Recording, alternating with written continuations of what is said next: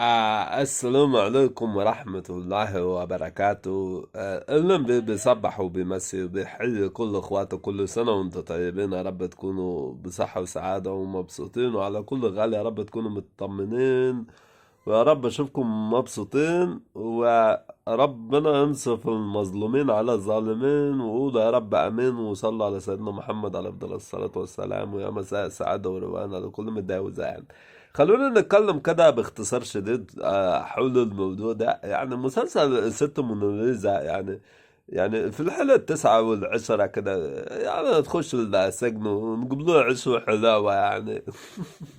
تحس ان الفيلم او المسلسل قلب على حاجة شفناها قبل كده، مصحح حزلهم. والله يعني انت عندك حق يا عم. انا بحس ان هي قلبت على مستر امبر 1 اللي هو بيخش السجن ويطلع ينتقم بقى ويبقى مافيا مافيا مافيا. حاجة في منتهى العبث والله يعني. انا مش عارف هما بيعملوا معانا كده ليه.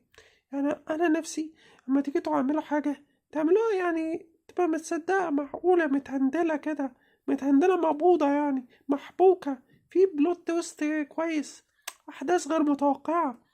لكن انتوا بتعملوا كل حاجة اللي هي دي من سيدنا يوسف. دايما الشخص المظلوم من اخوته ومظلوم من الناس اللي هو اندر دوج، وفجأة يلاقي نفسه ايه، محبوس وبيطلع بقى ينتقم وبيجمع الناس معاه ويلا بينا. اه والله يا ريتهم يفهموا الكلام ده. يعني احنا محتاجين ناس تكتب قصص واحداث تكون حلوة، ويعني لو ما بتعرفوش يعني ولا هنترفع ولا هنصرف، فهاتوا الفلوس دي ادوها للغلابة يعني، وتكسبوا ثواب وزكاة زكاة رمضان وزكاة الفطر. يعني عفوا، يعني الله صدر مني صوتي تعبني. والله المستعان. لو عجبك الفيديو اعمل اشتراك، فعل الجرس، او رايك في تعليق، شير، وبس يا عم. وانا عايز اقول للبت نوسة، ارجعي لي ارجعي لي، انا قلت لك اللطايف اللي انت عايزاها يا بت. يلا سلام.